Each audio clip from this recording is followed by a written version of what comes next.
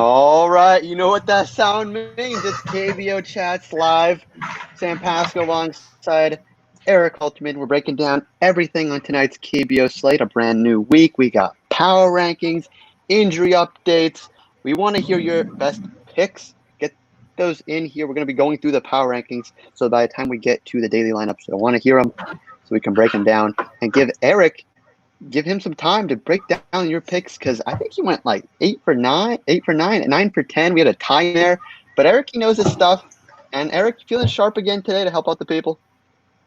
Yeah, I think so. I think I've got every single thing figured out about tonight's games down to every last ball and strike. So I think we'll do okay. I think you're being modest there. I think you know your stuff pretty well. So we'll dive in to it right here with some power rankings. Your power rankings here. Start with the first team, top three, NC Dinos, Kiwoom Heroes, Deucin Bears. Starting first with the Dinos. I mean, I got the hat on there again. I don't know how many consecutive weeks this is that they're atop your power rankings, but I mean, this is impressive. 42, 19, and 2. I don't know what else I can even say about them. They're just firing on all cylinders right now, aren't they? Yeah, I mean they're even leading the league in ties. I don't know what else you need from them. Yeah, they've been top every single week I've done these rankings, and I think it's going to stay there for a bit. Just their pitching's working again, as I pointed out there, 3.4 runs per game over the last 13 games. That was really their only issue. There was, if you remember, for a while this season, they were leading the league in everything, both pitching and hitting. Their pitching fell. They were down at like fourth fewest runs per game for a bit there. They're back up to second, and it's like within 100th of a run of the Tigers in first. So when they're pitching well to go with their league best offense too, there's pretty much nobody who can catch them. Still some worries about the back end of the rotation and the bullpen, but not nearly enough worries to knock them out of the top spot. Yeah, you can see here on rotowire.com, of course, we see their top three in basically every important category there is. And in their last couple games here, I'm going to consider that tie a win, going 12 innings with a very powerful Wiz offense. I'm going to consider that a win. So basically on a 4-game winning streak, Heroes, yes, they did a little rough patch there, but I mean, how much longer are they going to continue looking at their upcoming schedule? Are we seeing here, winning 8 of the next 9 or something crazy like that? I would bet on them taking at least 2 or 3 in each of those next 3 series for sure. Again, unless their bullpen goes back to imploding or say their top starters gets hurt or something like that. They've had really good health. That's one of the things I think that's kept them at the top of the league. There hasn't really been an extended absence for any of their top players. Had a few minor injuries to Sungbum Na recently and Yuji Young, but they're both back now. So barring something strange, I'd be surprised to see them drop a series against any of those guys. Dinos sit atop. That's why we got them on the hat right here. Moving now down the power rankings, we got the Kiwoom Heroes and the Deucin Bears, which I need you to explain yourself here, Eric, because when we look at the standings, of course, on rotowire.com, we see the Bears at number 2. 2 less losses than the Heroes, and actually on a 2-game winning streak right now, while the Heroes lost their last 1. Explain your choice here. How do the Heroes still sit in the number 2 spot ahead of the Bears, and the Bears have to be behind them despite the recent success? Yeah, it's about as close as it can get. I don't do ties in these, but if I did, this would be as strong a case for it as ever.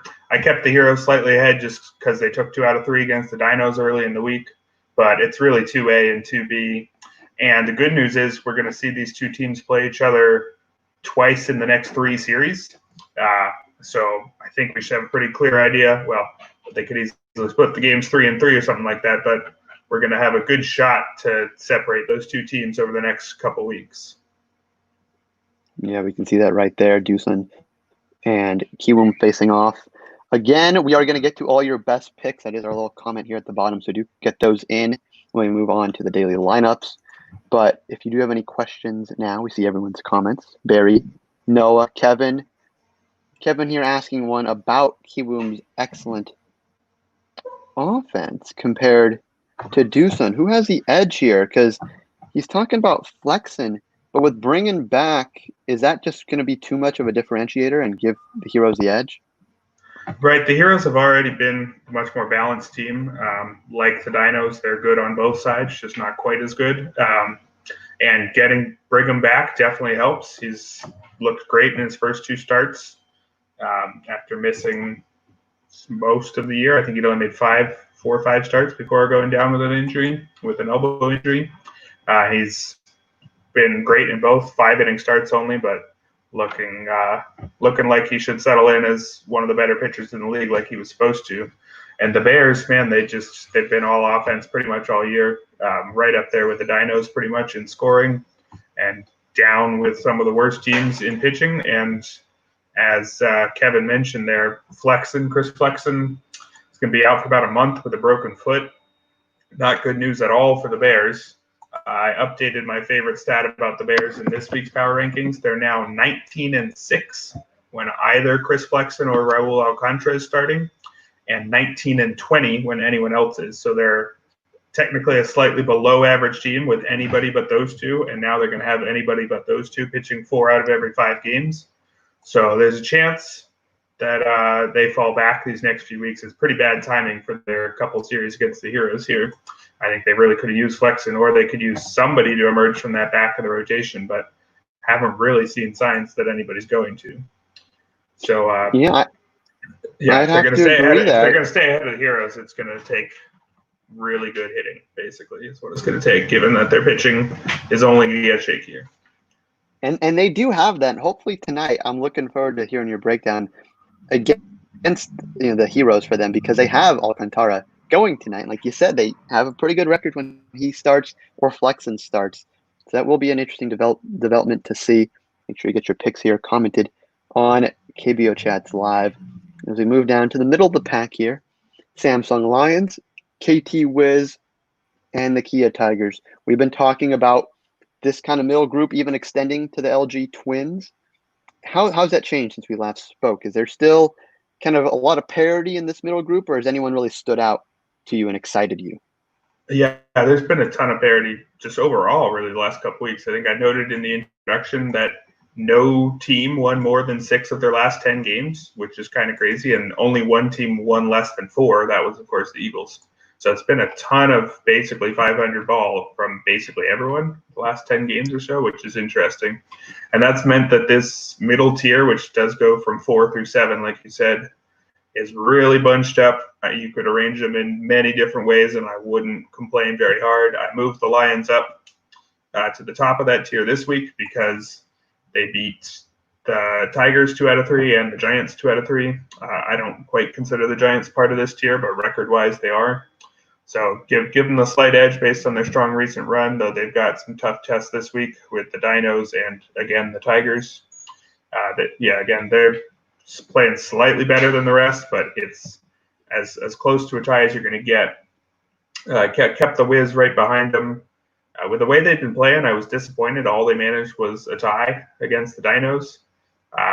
It is the Dinos. Can't really get mad at them for that, but I kind of thought they might make it much more competitive. But again, they're still have an excellent offense, and their pitching has been overall decent. And when you have Mel Rojas posting an OPS over 1,000 every week for 9 straight weeks, as I noted there, he can carry a team pretty well on his own, as much as that's possible in baseball.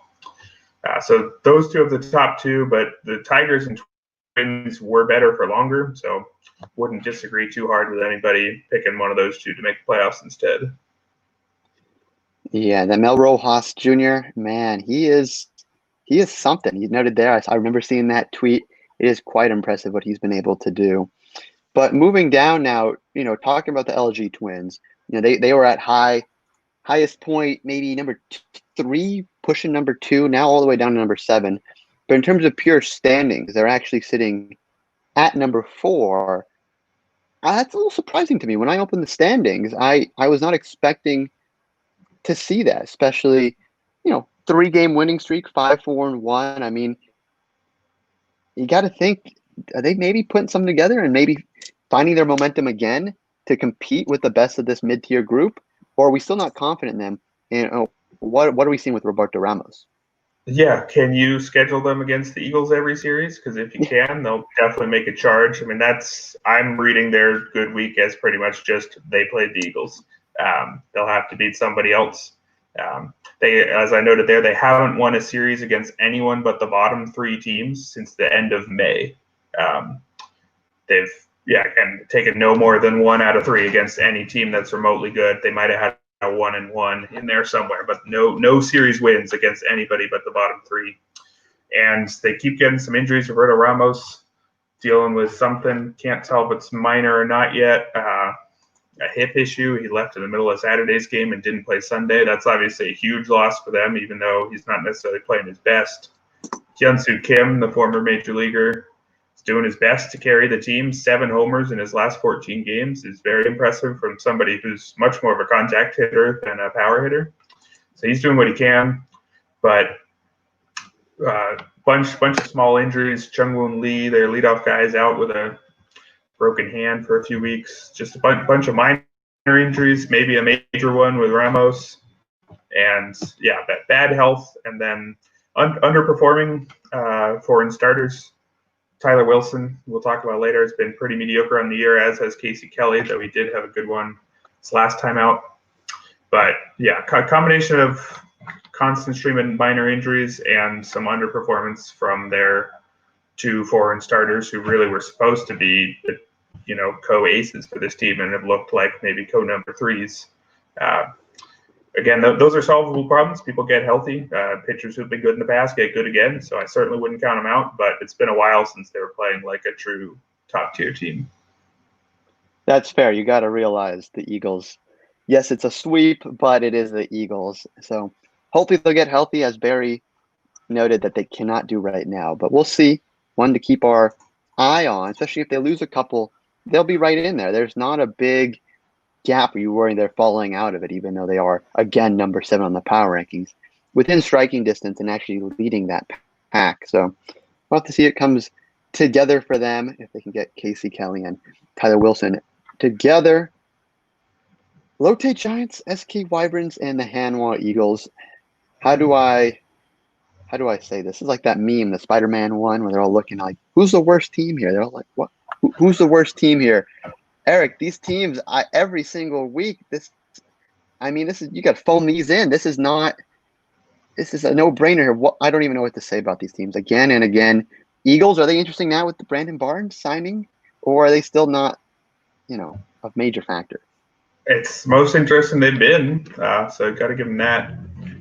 I've been recommending some of their pitchers every now and then. They seem to have a few guys who can strike people out, but also give up a lot of runs, which makes for interesting budget options like we might get to later.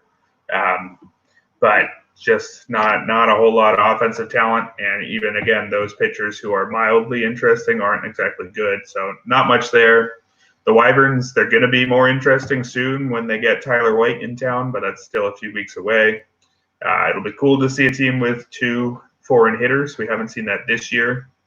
I believe the Lions did it last year with Darren Ruff and Mac Williamson, a couple guys with some San Francisco Giants connections for you. I don't think it worked out for the Lions. I don't believe they finished somewhere like 7-ish last year. I'm not sure exactly, but it seems to be maybe a sign of a desperate team to be doing this midseason. But again, that'll be mildly interesting eventually, but it's too little too late for sure. And the Giants are definitely better than these 2, and record-wise, they belong in that big tier of 4 through 7, but by run differential, they definitely don't, and there's just not a ton there outside of Dan Straley. I try to mix up that DFS name to know every week if I can, but I definitely just keep writing Dan Straley in there most of the time because there's not a whole lot else. He's been amazing. He's actually winning games. He's won 2 in a row finally, but just not enough. I do not think you can catch the rest of the tier. Yeah, nothing really to say there beyond Dan Straley with the Lotte Giants. So we'll have to see. Don't want to spend too much more time on these teams, as they just make me sad how bad they are. We'll see if those foreign players can make them more interesting and more relevant. But we have some interesting foreign players happening to be starting tonight. So we'll dive right in here. We had a pick. I want to start with Noah here talking about The Dinos on the money line facing off against the Samsung Lions. Talked about this. Dinos, one of the best teams in the league, probably going to be the first team to 50 wins this season. Aaron Altair, he's their foreign batter, and he's not even, with our expected lineup here on rotowire.com, not even expected to hit in the top 4, moving now into the 5th spot, and he's been pretty solid. How do we feel about this money line pick? Can the Dinos indeed come out with the victory over the Lions? Yeah, it'll be an interesting game. Dinos have a much better lineup on most days, and the Lions are without Tyler Saladino, which they're already kind of short on top-end talent on offense, so that definitely hurts. We've got 2 pitchers that I wouldn't trust very much at all. Jung Hyun Baek is the better one. He's actually has pretty decent strikeout and walk numbers, not elite by any means, but I think both are just a hair better than league average. Which would be good enough against most teams, not necessarily the Dinos, but he's not bad, but he is giving up a ton of homers. He's given up 10 on the year. That's one less than the worst number in the league.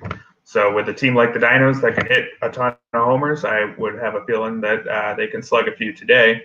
But they'll need to cover for their starter, Sung-Young Choi.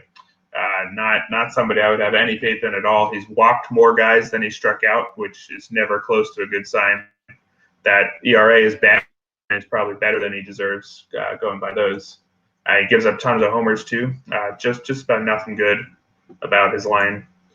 He hasn't given up a ton of runs in his last 2 starts, but his underlying numbers don't seem all that exciting. So he's not somebody I would expect to hold many lineups down. The Lions don't have a great one, but I recommended a Lion stack on today's cheat sheet just because I don't really have any faith in Choi at all. And also the Lions tend to be cheap, at least on FanDuel, mostly because none of them are all that good. But this is kind of matchup where I'd be interested in them. So I think my main pick in this one would be the over. But I would lean Dinos between those 2 teams just because their offense is a lot better.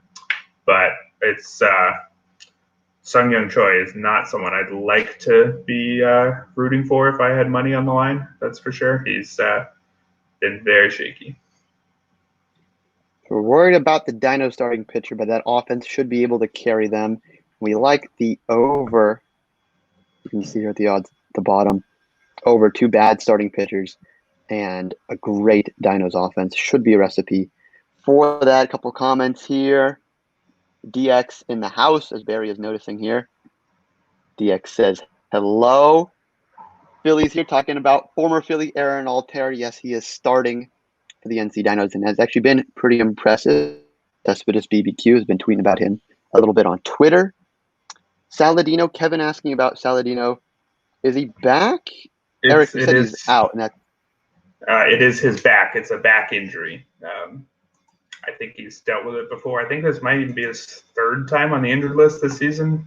None of them have been all that long, but he hasn't been fully healthy for a long stretch at any point.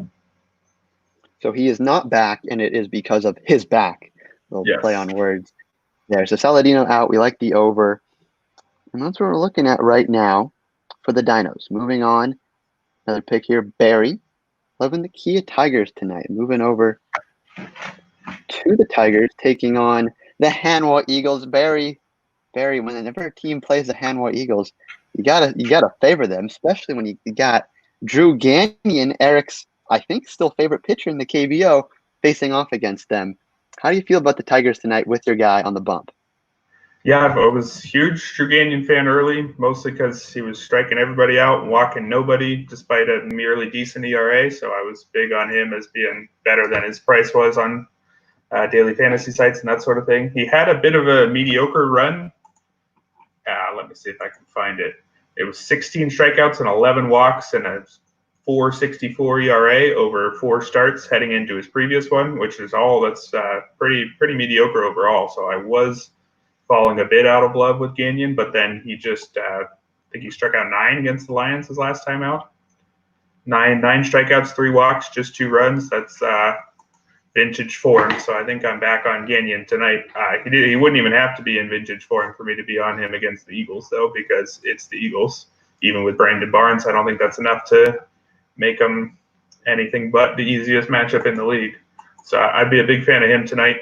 He's getting more pricey on daily fantasy sites as they're realizing that he's actually good. But given the matchup, I think he's probably the best play of the night. Speaking offensively for Kia, Barry here talking about Kia's bats. They do struggle on the road, and they are on the road here taking on the Eagles. Is that something you worry about maybe a little bit? You look at the home record here on rotowire.com. Plug in the site, of course, you can see the road record, losing road record. That's something that's, I would think, is a little concerning. Is that something you're looking at all, or is it the Eagles and you don't even think about it? Yeah, I don't think a ton about home road splits unless there's like park factor differences that would make me like the pitchers and hitters more. It's certainly possible that the Tigers just happen to have a bunch of homebodies or something like that, but I don't know what reasons could lead to teams in general being legitimately way out of line in terms of how much they're better at home or better on the road or vice versa. So absent any particular reason, I wouldn't be too worried about that. But the left-handed pitcher thing is definitely a thing. Given that the Tigers' top two hitters, or their best two hitters, are Preston Tucker and Hyung-Woo Choi, they're both left-handed. That was actually enough for me to recommend the Eagles starter, Bum-Soo Kim, on my cheat sheet tonight. Not with a ton of confidence. I made that clear in the cheat sheet, but he's incredibly cheap on DraftKings and not terrible. And again, the Tigers don't hit all that well, and their best bats are lefties. So he's interesting as a risky, cheap play. He strikes people out, but he also walks everybody, and he's mostly relied on some batted ball luck and that sort of thing to keep his ERA down. I don't think he's legitimately an under 4 ERA pitcher, but I think there's something there, which is enough to maybe not make this the most automatic Tigers pick ever. But even though there's something there with Kim, there's way more there with Gagnon. And even though the Tigers' offense isn't great, it's way better than the Eagles. So I'm still pretty comfortably on the Tigers on this one. Very agreeing with you. Tigers are great, but that maybe that road and maybe that lefties will be speaking. We'll be tweeting tomorrow. Maybe the signs were there for a game one loss. We'll see. But Gagnon, still a solid pitcher that hopefully has returned to form. So, official pick, I would still think the Tigers. Is that what you're going with here? Yeah, I'll go Tigers. And since I like Gagnon a lot and I like Kim maybe a bit more than others do, I would side with the under. We're looking at the under here, and we can see consensus-wise that's set at 9 runs. Moving on, Josh, I commented this pretty early. Thank you, Josh. But we are finally getting to your pick here on the Heroes. Under first 5 innings. Under 4 in the first 5 innings, that is. These are two pretty good pitchers here, and I think this would be a pretty good pick. What do we think about this matchup of two aces on the bump? Yeah, I think it's beyond two pretty good pitchers. I don't remember it off the top of my head a better pitching matchup so far this season. I'm sure Chang-Mo Koo has faced somebody good, but this is the best I can remember in quite some time. Jokic is right up there with Chang-Mo Koo as possibly the best pitcher in the league this year. They kind of been trading the ERA title back and forth for most of the season. And Alcantara has actually been arguably better than him lately. If you look at their last 5 starts, they both have ERAs well under 2. They both have whips well under 1. Jokic has struck out 22 and walked 3 in his last 5, but Alcantara has struck out 33 and walked just 1. That kind of dominance is incredibly rare, which could, in some cases, maybe give the edge to Alcantara. Jokic has been better for longer, but with the way they're pitching, they're right up there. I think for fantasy purposes, I would give the slight edge to Alcantara if they're similarly priced, which they are on DraftKings, mostly just because if they're roughly equal at preventing runs, but Alcantara gets more guys out, then you'll get more points that way. That's the one issue with Jokic for fantasy reasons is you're unlikely to get an elite strikeout number, but he is a hair above league average. It's not like he's a bad strikeout guy, and he's been striking guys out lately. Yeah. But he basically doesn't give up a ton of runs against any Alcantara lately. He had a couple bad starts early in the year, but Jokic has had essentially none. But from a picks perspective, I think I might give the slight edge to the Heroes. And the reason there being that the Bears' best bats are heavily left-handed. Jose Fernandez, Jael O, Jaewon Kim, Ji-Won Choi, that 2 through 5, all left-handed, which, they've been the second highest scoring offense in the league, so it's not like they'll have troubles against every lefty. But when you consider just how heavily skewed that lineup is, I think that's enough to give the ever so slight edge. But you have to look at something like that because there's two similarly good teams and two similarly good pitchers. So definitely wouldn't disagree too hard with anybody who picked either side here. I would disagree if you picked the over though. If there's a 1-0 game on the slate, it's this one for sure. Yeah, so we got SG hopping here. This looks like it's going to be a great pitcher's duel. You mentioned the strikeout numbers, maybe not great on Jokic's side, but for Alcantara, when you actually look at the stats, it's pretty impressive. He's been consistent because Jokic, his last start, only 2 Ks. I mean, I know you're a big strikeout guy, and that kind of turns me off a little bit because when you look at what he can do behind the Bears offense, Alcantara might be the guy you go with. We'll have to see today. Offensively on this mix, I know you mentioned the lefty, and one of the lefties here is DH Jose Miguel Fernandez. But when we look at the tear that he's been on recently, it's impressive. 2 hits in each of his last in each of his last 5 games. I mean, is he really finding his groove right now, or is this just luck? I mean, it's hard to say he's ever lost his groove. If he did, it wasn't for long. I haven't checked it recently, but there was a time when he was as likely to get 2 or more hits as he was to get 1 or fewer. I wouldn't be surprised if he's closing in on that again with what he's doing lately. Wouldn't have a ton of interest in him for fantasy purposes against somebody like Jokic, unless you really want to do a contrarian play. He does have the talent to hit against anybody, and he's on quite a roll. But yeah, he's definitely somebody I'd be interested in basically every night when he's not facing Jokic or probably another lefty like Chang Mo Koo. Yeah, Jose, you can see a lot more of 2 hits, multi-hit games than 0 or 1-hit games. So we'll see how he faces off against one of the best pitchers in the league in Eric Jokic. And we said we like the under. Set pretty low tonight. Going under. As we have the 2 aces. Now moving over to the KT Wiz game. We're right here. Facing off against the LG Twins. This one could be a differentiator in the standings. 2 teams are right in that mix. Noah here mentioned KT them in the first game. Eric, what do you think? Tyler Wilson's going for the Twins. Do the Wiz have enough offense to make Wilson again look like a number 3 starter? Yeah, I think this is probably the toughest one out there. I think Tyler Wilson was legitimately good his first couple years in Korea, and his underlying numbers have slid back along with his ERA.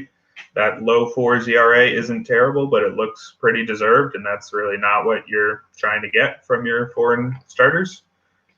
And the Wiz are amazing, one of the best lineups in the league. When you got Mel Rojas, that's basically all you need, but they have a lot more than that with guys like Jae-Gun Hwang, the former major leaguer briefly with the Giants, and Baek-ho Gong, who's one of the best young hitters in the league, and a decent amount of depth, 1 through 6-ish at least. I think I've recommended any of their top 6 at some point on cheat sheets throughout the year. So I think they have enough to score a decent amount against Wilson. On the other side, Jasong Bae has a decent ERA. It's under 4 for the second straight year, actually. But the underlying numbers don't really back it up at all. Below average strikeouts, above average walks, not really what you want. It's mostly seems to be batted ball luck keeping his ERA down. He is facing a Twins offense that hasn't been awesome of late and is potentially losing Roberto Ramos. Not entirely clear what's up with him. Again, he left in the middle of Saturday's game with a hip issue and didn't play Sunday. So without Roberto Ramos, that's a big gap in the middle of the Twins lineup. I still recommended a twin stack on the cheat sheet tonight because I don't have a ton of faith in Bay. He's somebody that maybe others might be avoiding hitters against because his ERA looks good, but I think if you dig into it at all, there's not a ton there over the course of the year. As mentioned there, he did take he got a brief rest. KBO teams seem to do that every now and then, especially with the younger pitchers. I think Bay is 23-ish or so, under 25. Yeah, there you go, 23. So he was sent down for just one start. You can send a guy down for just 10 days and then bring him right back. It's something that a few teams have been doing with some of their younger starters. I don't know if they've done that with Bay yet. It's possible that helps. If you're believing that that's going to help him, that might be enough to tip the scales towards the Wiz. I think it's a very, very close one either way. I think it's probably the game that I'm least certain on. No, I definitely agree. These two teams are right there in the standings and in power rankings. Let me ask you about recent success. How much do you look at and weight the Twins' recent sweep over the Eagles? Do you think maybe they've regained a little bit of that flow? I mean, they're 5-4-1 over the last 10, and they're on a 3-game winning streak. While the Wiz, not great, about same record, but losing 2 in a row. Do you think that momentum shift is maybe going to be a difference maker here, or do you still look at the starting pitchers? Yeah, I wouldn't read too much into just those 3 games because, again, they came against the Eagles for the Twins and against the Dinos for the Wiz. Doesn't get any more disparate than that. Yeah. And the Wiz over a longer stretch of 2 or 3 weeks have been quite good, and the Twins over a longer stretch have been quite mediocre. If you want to give an edge, another thing you could look at is the Twins pretty heavily left-handed at the top. So that they were a lineup that I recommended again as a stack on one of the cheat sheets on tonight's cheat sheet because enough of their top lefties have decent prices. We have Ramos listed as the expected guy. Again, not sure if he's going to play. I would not recommend playing him if you're unable to set your lineup at 3 a.m. or whatever it is, your local time. Because, again, he didn't play Sunday. Every chance he is back, but I wouldn't take that kind of risk unless you're one of those people who's up at the very last minute. But Hyun-Soo Kim has been as hot as anybody lately. Ji-Won-Oh is a nice, cheapish shortstop who's pretty decent out of the number 2 hole. Hyung-Jong Lee, they're at 5 hitter. He won't get the platoon advantage unlike those other guys, but he's incredibly cheap on FanDuel. He's a guy who was out for most of the year. I think FanDuel, whatever their algorithm is, just does not price those guys appropriately. There's a similar deal with Chang Jin Lee of the Tigers, their leadoff man, where if you're out for most of the year and you come back and have only played like 10 games, somehow, even if you're decently talented, you end up with the absolute minimum price. So he's somebody I think is a great value. He's merely a pretty good hitter, but again, as cheap as it gets. So I like a decent handful of their top hitters against Bay. I think that's enough for me to slightly tilt the scales towards them. I do think Tyler Wilson is better than Bay is, but not necessarily by a lot. And again, anybody who picked the Wiz, I wouldn't disagree hard at all. You're right. This is a very close one. The over? Do we see these two teams exploding with offense when you have Mel Rojas Jr. and Becco Gong in the heart of that Wiz lineup, and you're talking about the platoon? The lefty matchup here. All these lefties in the top. Are we liking the over? Or do you think Wilson maybe, gets that ERA a little closer to 3 with a good outing tonight? Yeah, I would go with the over. If Wilson's in vintage form, he could shut down the Wiz. I think a couple of the Dinos' best pitchers did shut down the Wiz, which not everybody does. But my default assumption would be the over there. I think two mediocre starting pitchers and one strong lineup and one okay one, I think is enough for me to go over. All right, we like the over here. Moving on, we got the final game. Lotte Giants, SK Wyverns. We are finally not finishing with the Hanwha Eagles, thankfully. We'd spend all show on them. But we got Lotte and SK, the two teams that are barely better than the Eagles themselves. 2 foreign pitchers on the bump. What are we thinking here? Would we lean towards Lotte because of that better record and because Sampson might have a good outing, but I don't know what to do here. Yeah, it's two foreign pitchers, but two of the worst foreign pitchers, I think, based on their performances so far. Sampson, his ERA is worse than he deserves. He's got a very high batting average on balls in play, very high BABIP. It's like close to 400. That's something that's mostly luck related and usually sits close to 300. But even factoring that out, he hasn't been good. He doesn't walk a ton of guys, but doesn't strike out guys either. Just got blown up by the Twins, who haven't been all that good lately. He was pitching a little better, had a couple decent starts in there, but even at his best, he's been mediocre. Mediocre could be good enough against the Wyverns, but he's not somebody I would play with any confidence. And then Ricardo Pinto for the Wyverns, really bad strikeout to walk numbers. Barely more strikeouts than walks all year. The main reason his ERA is even respectable is that he wasn't giving up homers for the longest time. You look how bad that whip is, indicates that he's just constantly getting out of jams. And because he just can't put hitters away. Now, maybe the Giants aren't able to knock many out of the park against him. Nobody really has so far. So there's a chance that the bad offenses win the day and ends up an under.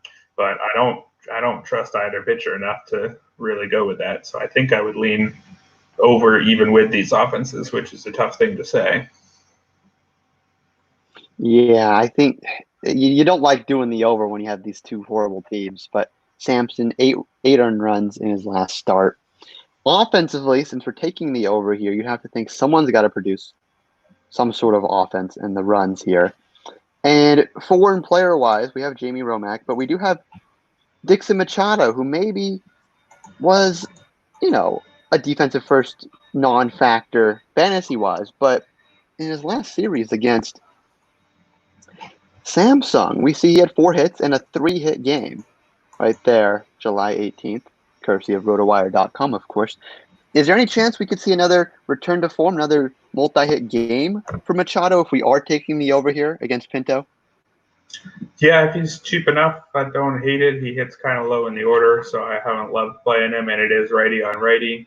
So not a ton there, but he's a decent contact hitter when he's on. You'll have to scroll back a ton to find his most recent homer. I know he surprised everybody by hitting, it was three in his first 5 games and 4 in his first 11. I think those 3 were already more than he had in his entire MLB career, which was not long, but way more than 5 games. But there was some theory that he got way too homer happy. I think that's what some of the ESPN commentators were about. And he went on an extended slump after hitting those homers. And then he stopped trying to hit homers and is now a mediocre singles hitter, which is fine, useful enough if he's cheap enough. Not somebody I'd be excited about, though. If for some reason he starts hitting for power again without losing the contact, yeah, I'll take notice. But no sign that that's coming. That's fair. He's definitely a defense guy. I'll put it in a nice way there. Definitely not a big threat, but those 3 hits did stand out to me. If you put a couple of those together, we're talking Jose Miguel Fernandez level. He's definitely nowhere near that as of right now. But on the other side, SK, they're still without Tyler Wilson as of right now. But is there anyone else that can maybe have some value offensively, since we are looking at the over here? Tyler White, you mean? Yes. Yeah. Yes. Jung Choi and Jamie Romack have been playable to good at times. Jung Choi had battled knee discomfort, but he's back now. So those guys are playable. And then their number 5 hitter, Dongmin Han, he's missed a lot of the year with shin bruise, fouled the ball off his shin early. Decent power hitter, wasn't great last year, but had over 40 homers in 2018 before they de-juiced the ball. So he was somebody I recommended tonight. Hits near the heart of the order. He'll get the platoon advantage against Sampson, who's really struggled, and he's got a decent amount of power himself. So that 3 through 5, if that's how they bat, is a pretty decent stretch. And yeah, Dongmin Han, there was a bit where he was the best power hitter in the league, not for all that long, but he was the home run leader until he fouled the ball off himself. So getting him back is part of what the Wyverns need to get good again. It's too late, I think, for them to make an actual playoff push. But I think talent-wise, they're really not necessarily much worse than the Giants. Of course, last year, the Wyverns were tied for the best regular season record in the league when the Giants were even worse than the Eagles down at the bottom by about 10 games. Wyverns are very old, lost Kwang Hyun Kim to the St. Louis Cardinals, which hurt, and they're just not getting anything from their foreign starters, really. They had lost Nick Kingham to injury and then cut him, and Ricardo Pinto has been, as we talked about, very mediocre. But with Donovan Hahn back, it's something. If Jung Choi is healthy and playing well, if Jamie Romack is healthy and playing well, he's battled some minor injuries recently too.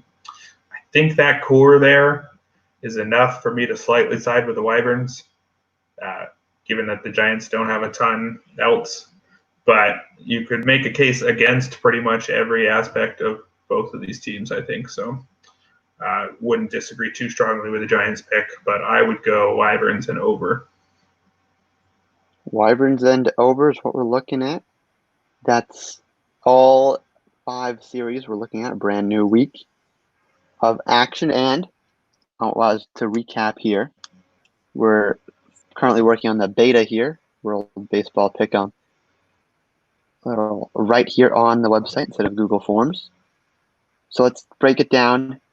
First pick, second pick, third pick. Early on, you talked about the Dinos and that over against Samsung. Who are you most confident in when we look at the slate overall?